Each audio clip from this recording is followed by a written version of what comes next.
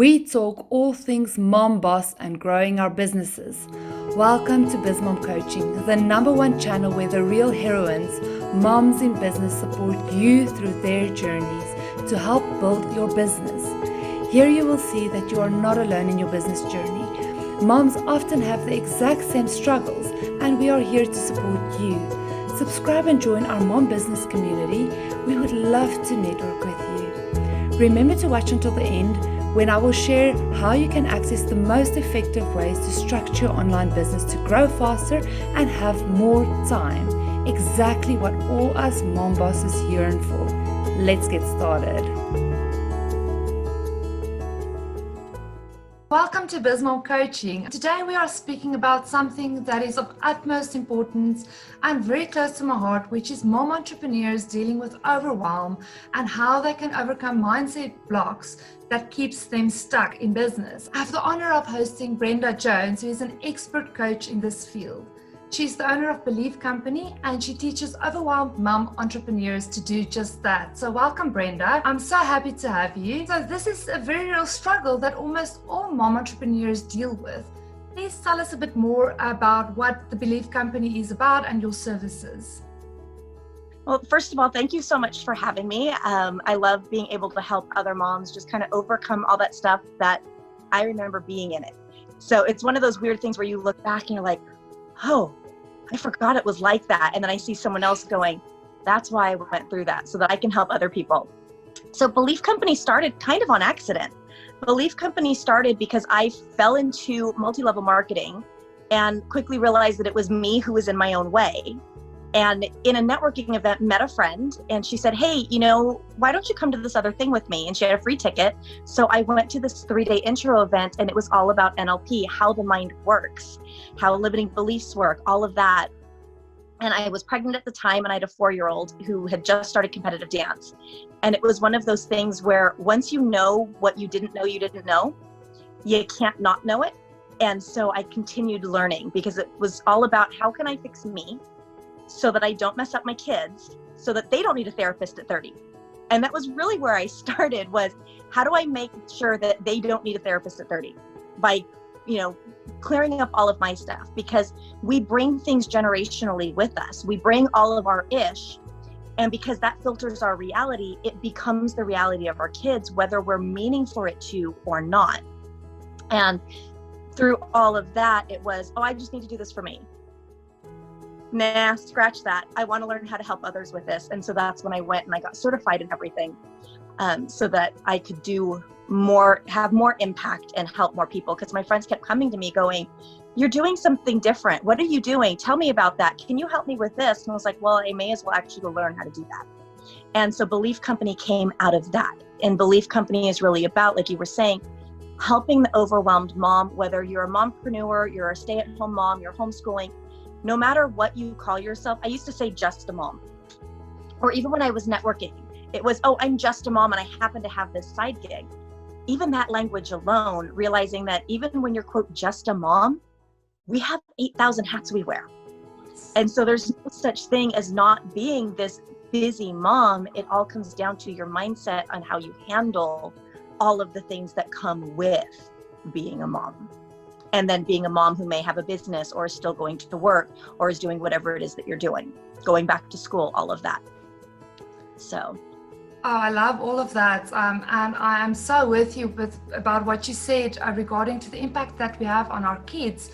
Because a lot of the times we have all these mindset blocks in business and we don't even realize the impact that it has on our kids. So if we can sort ourselves out, like you say, it impacts not only our business and our performance in our business, but also how we perform as a mom. And that is so important.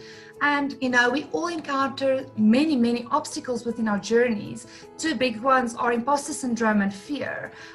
So did your business journey start because you had overcome, some of those entrepreneurial roadblocks yourself at some point, specifically with regards to the imposter syndrome?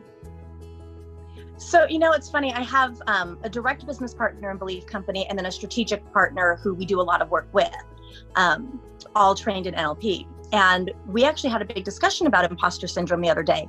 And for me, because NLP, neuro-linguistic programming, that middle word, linguistic, language. I love words. And so typically when someone says, hey, I'm having an issue with this thing that I'm going to label this, I tend to go look up that label and go, where did that word come from? What's the history of it? And then studying that imposter syndrome, here's the cool thing. You only feel imposter syndrome when you actually start becoming successful. So just the fact that you can feel imposter syndrome means you must be successful in some way. So turn around and be encouraging, because there are so many moms that feel that and they feel like a failure. They don't feel like, they are busy succeeding. So that is astonishing, actually, that you say that. And it comes down to, what do you think success is? Because that word, if I say the word cookie, the picture that pops into your mind and the picture that pops into my mind and the picture that pops into the mind of someone who's watching, they're all different. The same thing with success. So if you're looking outside of you at somebody else and going, well, that's what their success looks like and mine doesn't look like that, so I must be not successful, stop that. It's whatever you yourself feel success is. And some days the children are alive, pretty sure they ate, and I may have peed by myself. That's a win. Exactly. That is so empowering. Yes. It's being able to celebrate the small things, because it's not just the big things. And then I just did a training the other day on talking about celebrating fear. And one of the things is I don't know what it is, and I don't know why it seems that women tend to do this more, especially in the entrepreneurial world, than I see men doing it. We like to move the goalposts. We like to get almost to the goal and then shove the goal another 100 yards out and then never achieve the goal. Instead of, if you look at football, what do? They celebrate every 10 yards, right? Every time they make the 10 yards and they get a first down, that's a big celebration. Whereas we're like, not unless it's a touchdown. But even if I get the touchdown, I'm gonna make that touchdown further, right? And I think we tend to sabotage ourselves that way because there's something in us, and it typically comes down to worthiness. That we don't believe we're worthy of the celebration, we're not worthy of the success. So if we move the goalpost, we don't actually have to celebrate and have the accolades. Exactly, yes. I think that is a very common issue within women. I think we don't give ourselves enough credit for the small progress and steps that we make. And I think if we can overcome that in itself is such a big step towards feeling that success and owning that success. So you show your clients how to turn mindset roadblocks into opportunities and stepping stones to guide them to their dream life. How powerful would you say is perspective? Because someone with mindset blocks can just easily give up, while someone else with mindset blocks addresses the blocks and turns them into opportunity, right? Like you've just explained, basically. It all comes down to perspective. That's why I was running a little bit late today, as I had gone live on our business page talking about the user manual for the mind, how the mind works, because we think that reality is real, and it's not. There is no reality. Even in your own experience, there's not a reality. There's a reality that you're experiencing in that moment, but you can go back to any time that you've had in your life and look at it from a different angle or a different lens and see different information. And so the same thing with perspective now. If you look at it as a problem, it's going to feel stuck. If you look at that same thing as a challenge, there's going to be movement and momentum. If you look at that same thing as an opportunity, you see the growth and it feels exciting. Now the situation is the same, but we changed the word, we changed the perspective. It's almost, I wish I had sunglasses here. Everything that we do, we have these 8 different filters, and they're all just different sunglasses that we put on to view the world. And if we're viewing the world through a pair of sunglasses that say everything sucks, we're going to find the data that supports that. If we change those, take those off and put everything is wonderful, we're going to find the data that supports that. So perspective. Yes, I love that. That makes so much sense. And how important do you feel is the role that the mindset plays in order to impact others with our businesses? And how has your own mindset influenced specifically the impact that you have with your business? It's both. It's kind of all the things, and it's one of those things that we talk about mindset a lot, but a lot of people don't understand the depth at which mindset goes. We do a lot of efforting or mindset work, We're consciously forcing ourselves to journal. We have alarms that are going off to tell us to say a mantra. We're efforting at all these things, where if we actually shifted things at the more subconscious, the deeper subconscious levels, we don't even have to think about them. They just become a part of us. And so that mindset becomes your ability. And what is the phrase? Whether you think you can or you can't, you're right. And your mindset's going to play into that. If you believe that making an offer to somebody because, oh, that's salesy and gross, that's going to be a problem when you're an entrepreneur and you need to make sales and offers. Yes. Or, I had this discussion with my partner the other day because he's running our book club for us and we were just launching a new one. And I said, hey, did you message people and remind them that it's starting today? And, well, I know they saw the post last night. Okay, but listen to my words again. Did you remind them? No, I don't want to be invasive. Meanwhile, I wasn't there that day because I was learning how to build a reminder bot for Facebook Messenger that sends reminders, because that's how much people want to be reminded about things. So that alone, or, oh, people don't want to do that online, right? So with all this pivot that we went through, so many people are like, well, I can't teach that online, was their old belief. And now all of a sudden when they had no choice, it was like, oh, wow, this is awesome to teach online. We've been telling you that. So whatever your mind has, and yes, some people can have a roadblock and it's easy to get through it. Other people, that roadblock becomes their biggest nemesis. And it's because there's deeper stuff going on. There's beliefs and identities and value systems that are at play more than, oh, just do this simple mindset trick and it'll get better. Yes, I love that. I think that when we think about mindset, we think about the superficial levels.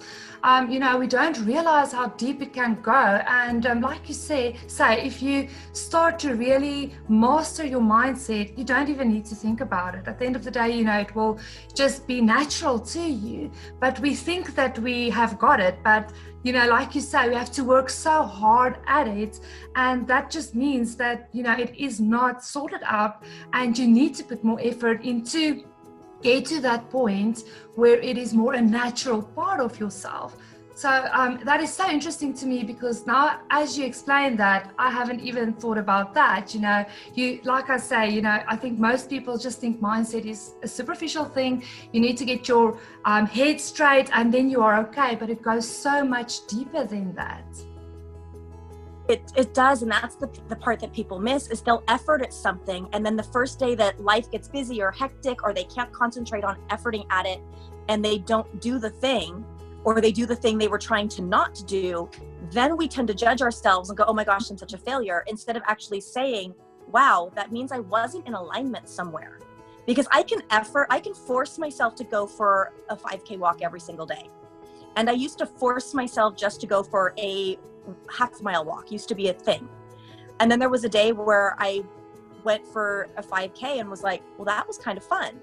And now I'm doing them every day. I don't have to force myself. It can be 10 o'clock at night and I'm like, oh my gosh, I didn't go for a walk. I'm not going to go outside. So I'm going to walk around my house for 5K because I enjoy it, because I made a deeper shift. If I hadn't made a deeper shift somewhere though, it would be really easy to go, oh well, or then judge myself for not. So anytime you're having to effort at it, or if you ever say those words, gosh, I don't know why I did that. Well, I do, because you're out of alignment. Typically at the values level.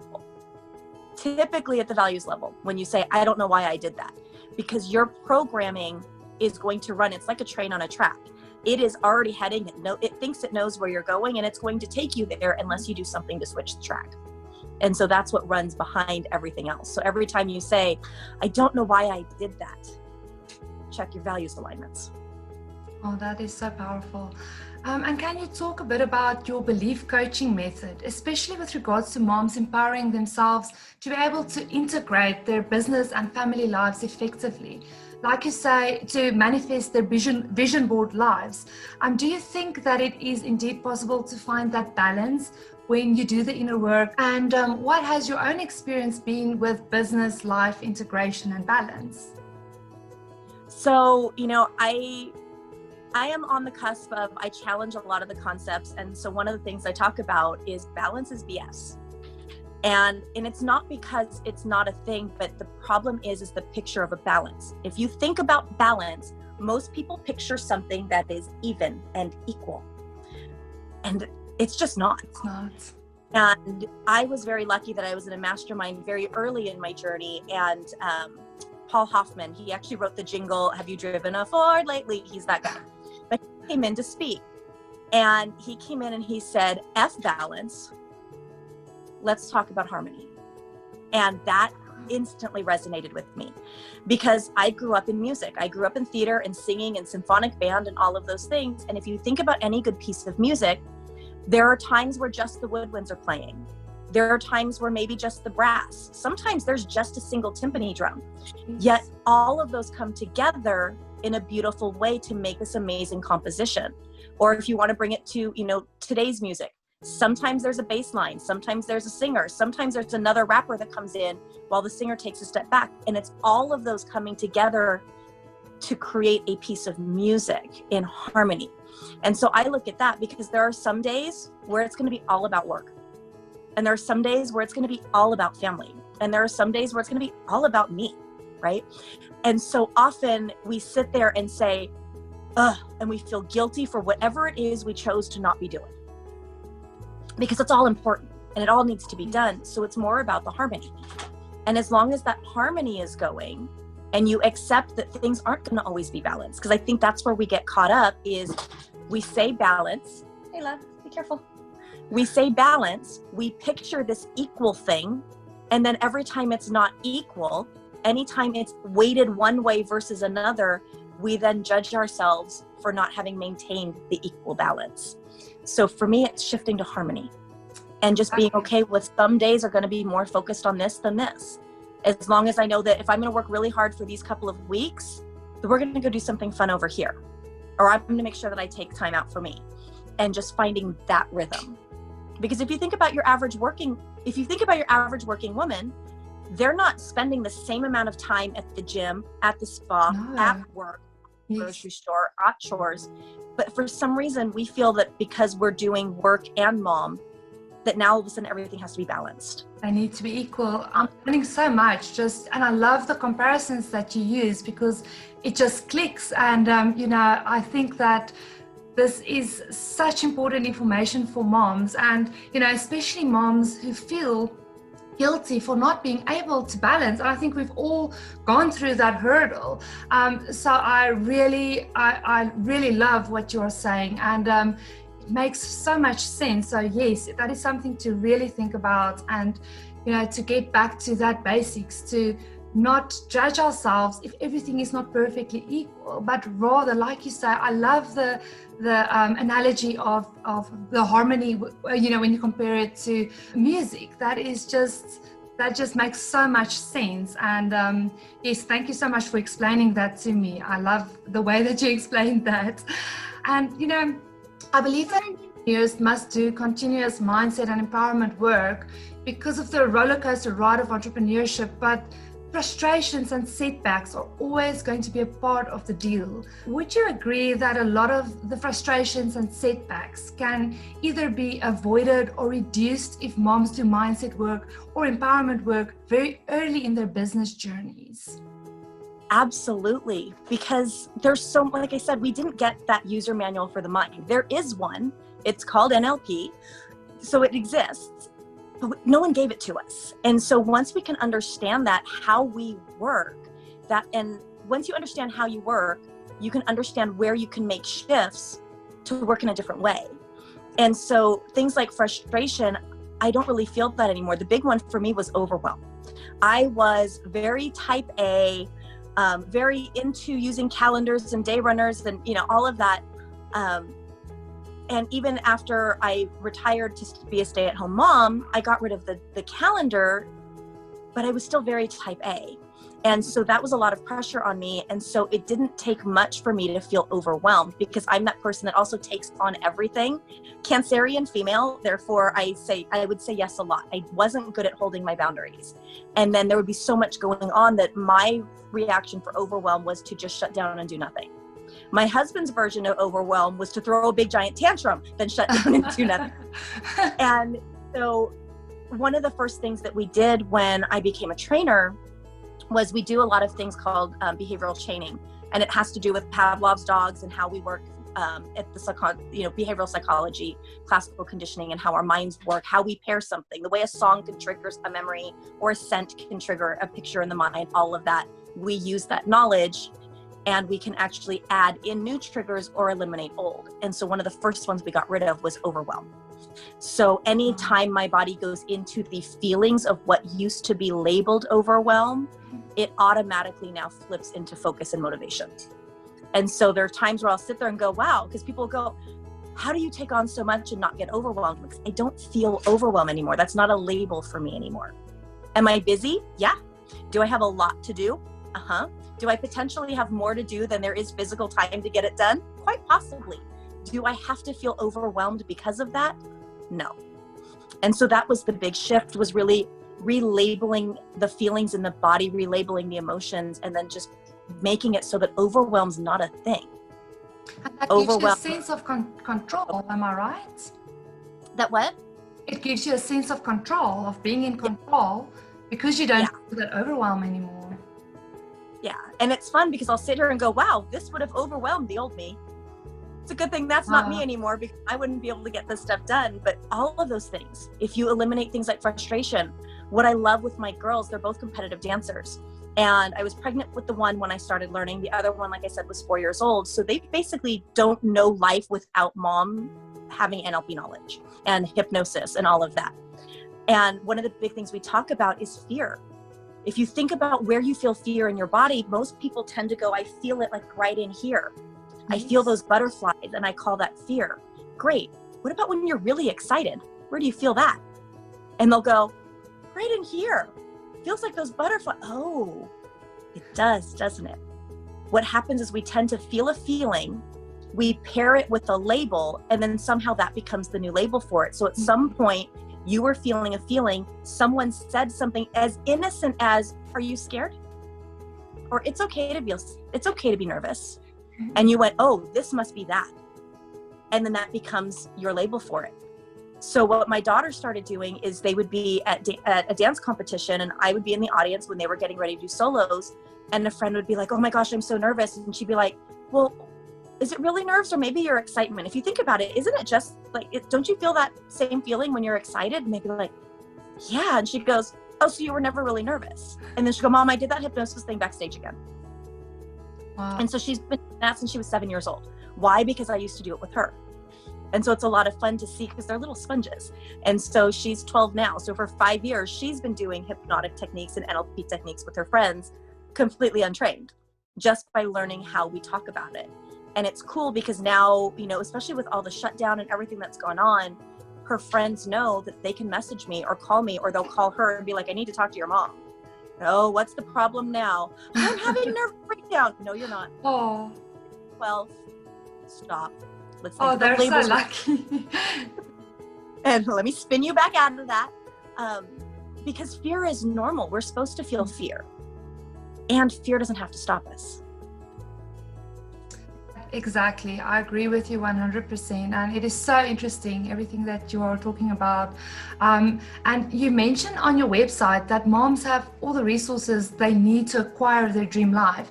They just need the tools to unlock them. How do moms overcome the mindset block of investing in themselves in this way? Because that can be a big hurdle in itself to, the investment part. And it was, even for me, I'm very blessed. My husband is willing to basically invest in whatever wild whim I have. So I didn't have to really argue it much. As long as I come up with a solid argument, I typically get my way. But at the same time, there is that we don't even want to invest in ourselves having the ability to take a shower or go to the bathroom by ourselves, let alone investing money, because it's always, oh, but I could spend that on the kids. And what I look at is this, you still are putting the money into the kids. Mm-mm. You are their role model. Yes. How you speak, how you act is their future inner voice. So if you're trying to find that justification of, well, I don't want to spend the money on me because I'd rather spend it on the kids, you are actually probably putting the biggest investment in your kids by investing in yourself, by investing in your business. For me, I had a lot of guilt when I first went into business, and it was in a demo chair with my trainer at the time in the front of the room. I was his demo exercise. And it was part of me really wants to build this business, and part of me really just wants to be a mom. And that was an internal struggle that kept me from being good at either one. And we did an integration where I was able to find that both of those were for the same highest intention.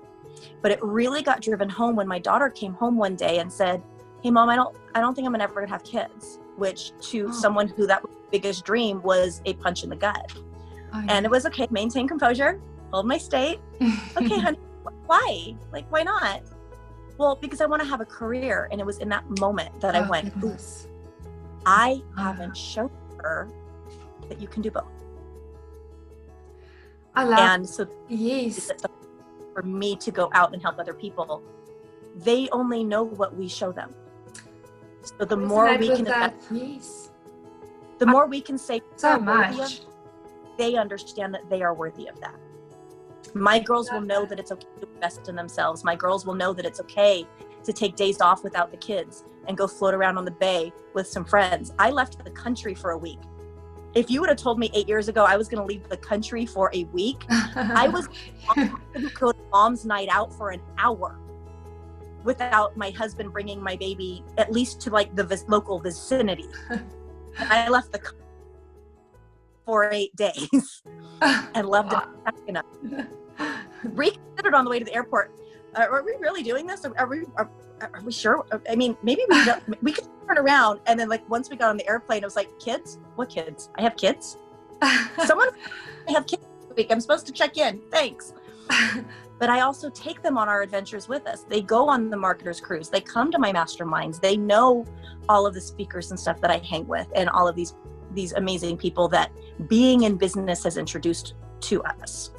So when you're looking at investing in yourself, whether it's investing in a new program, investing in starting a business, investing in coaching to either grow your business or to grow yourself in order to grow your business, all of that is investing in your kids. Yes, and would you say that it can be seen as self-sabotage if someone needs this investment and inner work, but they don't do it?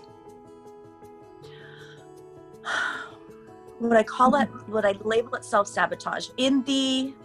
Typically we wouldn't necessarily say that's what it is. However, if I look at the structure of what's going on, there's a misalignment that's causing you to behave in a way opposite of what you say you want, which is the definition of self-sabotage. Mm-hmm. So in that, absolutely. And it typically, that again, it's funny, my business partner is actually writing a book about worthiness. And that's a big mission that we are all together, is because what we find is almost every single thing, if I drill deep enough, comes down to worth. Every time. It may look like procrastination, but if I drill it down, there's a worthiness issue. It may look like fear. It may look like self-sabotage. It may look like all of these things, but they all drill down to fear. And if I take fear further down, it'll go down into worthiness issue. And so that's a big thing that we're tackling, because somewhere along the lines, something happened, and it may not have even been to us. It may be generational. I can speak today. I'm a speaker. I have words. Or even through past lives, that energy can trickle down through us. And so it may not even be our own issue that we're having to resolve. It's just now presenting to us because we have the opportunity to finally resolve it. Wow, it's just light bulbs going on for me. I really appreciate how clearly you explain everything and how much sense it makes. And now that you say, the worthiness, it trickles down to the worthiness, that just is so clear to me that, every struggle that I personally also have gone through probably has, originated from a place of not feeling worthy enough. So of course, if we can fix that, it makes the whole journey of the mindset a lot more easier. Yeah. And it's an interesting thing, because we may not feel it, or we may say, no, I'm worthy. And you're like, well, then how come you're not doing that one thing? And then we drill it down. We're like, ooh, didn't know that was still in there. And I think it's so easy, especially if you're newer on the journey, it's so easy to look at somebody else and go, oh, well, they were so successful so quickly. Or, they have a different level of success than me, or I can't do what they do. It just looks so easy for them. Remember that anything you see on social media tends to be a highlight reel. Yes. Even those of us who are highly authentic are still selective about which parts we share and how. Oh, definitely. You'll never find my full story on my website. You will never get my full story till you come to a speaker training or a trainer's training with me. That's when I tell it. Exactly. Right? And so it's stopping the comparison to others. Mm-mm. And then saying, oh, well, if it was easy for them, I must not deserve this. No, you just have a different journey right now. You have other things in place. Like even with my coach, because yes, all coaches have coaches. Well, all good coaches have coaches. And so one of for her, she's like, how many offers did you make? And I'm like, go make an offer. And like says you, in her model of the world it is, but it wasn't always for her, right? But her model of the world, her values, beliefs, identities, all of that, hers are different than mine. Her experiences are different than mine. Coming out of the MLM, we saw so many bad pitches and offers and strategies and ethics and all of that in multi-level marketing that I tend to be a little bit more hesitant of, I don't want to look like that. And she's like, you're not. I'm like, I know, but her perception is still this. Yeah. And so every single one of us goes through that. Do I love multi-level? Absolutely. It is an amazing industry. And I thank it for it being why I'm here. If it wasn't for that, I wouldn't be here. And I loved the companies I was with. I loved the people that I worked with. I support and coach a lot of people that are in multi-level. Even my coach started in multi-level marketing, and now she's a business coach, not doing any multi-level at all. It's an awesome industry, but as in any industry, there's good apples and bad apples. Mm-hmm. And so unfortunately, there's been a lot of people that weren't even bad apples, just untrained apples, or trained inappropriately apples that went out and did a lot of things that unfortunately have created a culture of for a lot of sales techniques. I had someone the other day, anyone that uses a timer in their sales page, automatically, I'm not going to buy your thing. And I was like, wow, that's a really big judgment. Do you understand why people put timers there? Yeah, it's coercion. No, it's because half of the population doesn't take action on things they want until the time's about to run out. Even though they want it, they just don't take action without some kind of loss. That's a perceiver. So I don't put that there because I'm coercive. I'm putting it there because I know you want this. And so I'm going to work with how your mind works to help you make the decision to actually take action. That's all it is. But she was literally like, oh my God. I was like, big action. You might work on that. Because that was a little or a timer on a web page. So there's so much of that. And that's a big piece that I'm doing now is just please understand that your reality is no one else's but yours. And stop assuming that everybody else should have your reality or even understands your reality. Ask questions. That's my big thing that I'm on now. Ask. If you don't understand why someone does something or why they think a certain way, ask. Yeah. Because they have a story that got them there. Yes, and I think people should also focus on their own journeys and stop looking at what everyone else is doing. Like you say, that comparison thing is just not helping anyone. So we focus on our own journeys. That is when we really dig down and, go to the deepest core of where our issues originate, and we can fix that. Yes, absolutely. And then, Brenda, just a few general questions. How do you feel about your organizational and time management in your business? And does mindset work and tools help moms to gain control over their time better? I think it absolutely plays into time, because one of the things that happens, understanding if you're a judger or perceiver personality style tells you how you work with time from the get-go. A perceiver is more in the moment, tends to lose track of time, or will take as long as given to do a task. You give them an hour, it will take an hour. You give them 10 minutes, same task, it'll take 10 minutes. Judgers are very good at seeing how long things take, right? So that alone, just understanding that, I know when I have flipped from judger to perceiver, because all of a sudden I'm like skirting being on time for places. I'm like, ooh, and it's not comfortable. Back to the judger side. I like being early for things. And so that, understanding what's important to you so that you can lay out your time, because what's not important to me right now? My house being organized. I know some people, that's their top value. awesome for them, not it important. for my other things that I'm working on. I'm building my business house. Yes. I'll deal with the I love physical that. house. And so knowing what's important to you, but that comes down to understanding your deeper values. Because so many times someone will say, do it this way. And we try to force ourselves into that box. And when it doesn't work for us, we say, I must be a failure. Instead of saying, a fish just can't climb a tree, maybe I should go try to swim. My business partner is all about morning routines. And I'm like, yeah, I'm not a morning routine person. I am a nighttime routine person to set up for my morning. But exactly. I have children. It must be nice to get up and work out for an hour and have silence. Yeah. And typically I wake up because I need to use the restroom. And then the second that happens, there's a kid going, I'm hungry. And then like that. And so feed yourselves. And so they're old enough now. And so with that, finding what works for you and being willing to experiment. Any marketer is going to say split test everything. I do the same thing in life. Try it, see if it works. The whole walking thing was, well, let me go try it. And then we had to have masks. And then I was like, never mind, we're not going to do that. And then we got our mask order lifted. And I was like, we're going outside again because I'm tired of sitting on this couch. And then it was, I'm going to walk a half mile. Maybe I'll push myself to a mile. Oh, I'm doing 3.5 miles every day for fun. Try it and see. I'm just now getting into time blocking, and not time blocking the way a lot of people do.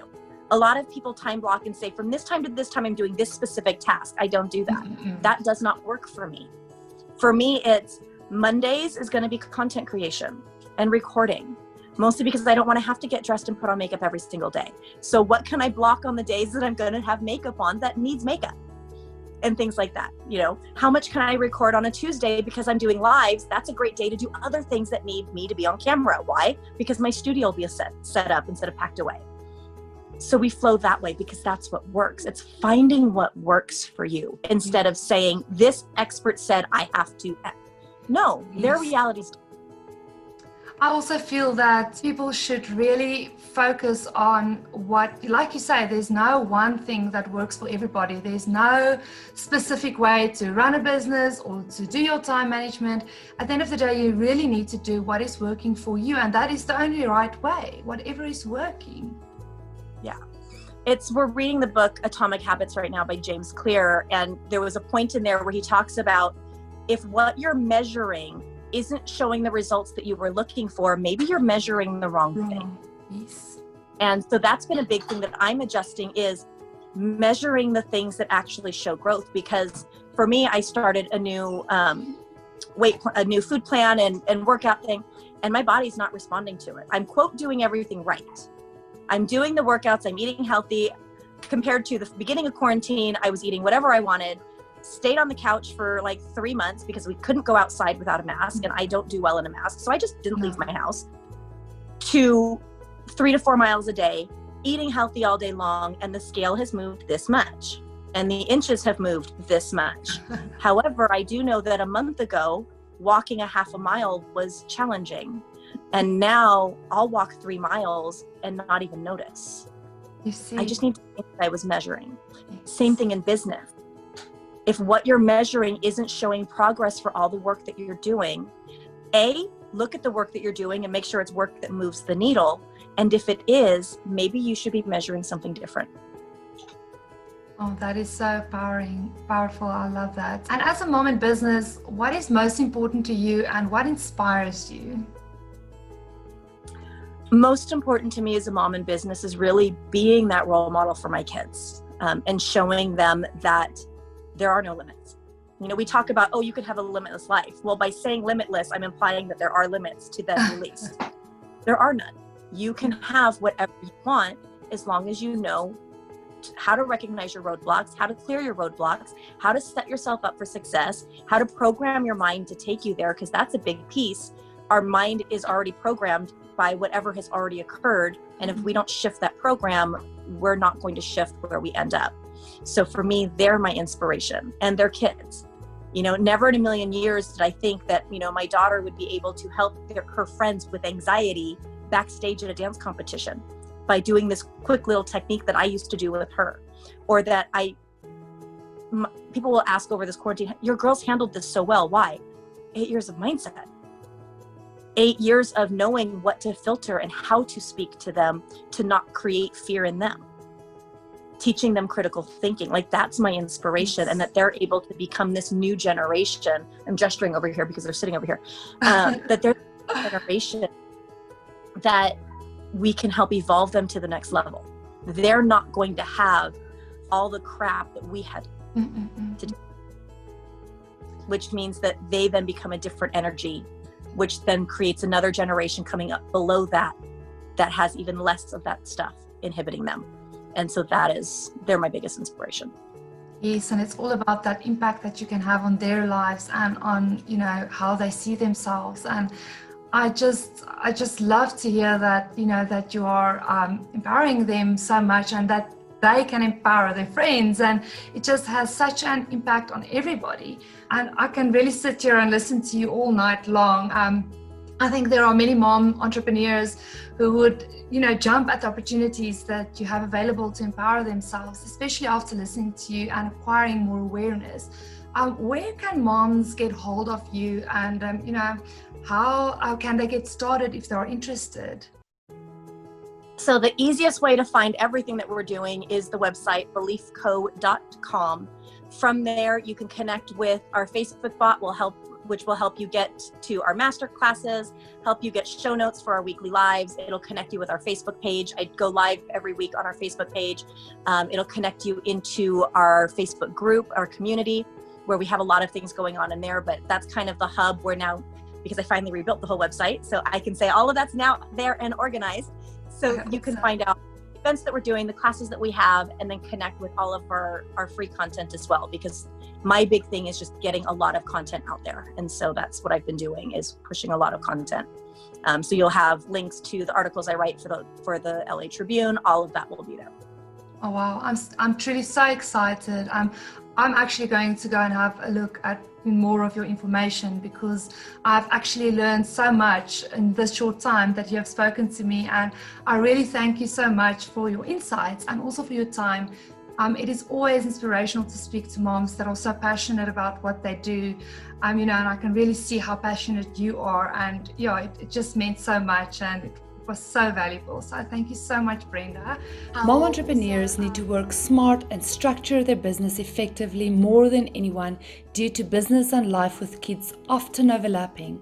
A business that is well structured enables moms to focus and progress better. All the complex parts within the business are properly clarified and systemized. When all parts work according to a plan that brings results, it eliminates the overwhelm, and it makes projects and processes within the business easily manageable. It means growing your online business faster, more effectively, and leaving you with more time for the things that matter to you. Isn't that what moms need most? Don't forget to subscribe and like this video. Thank you for watching. Until next time.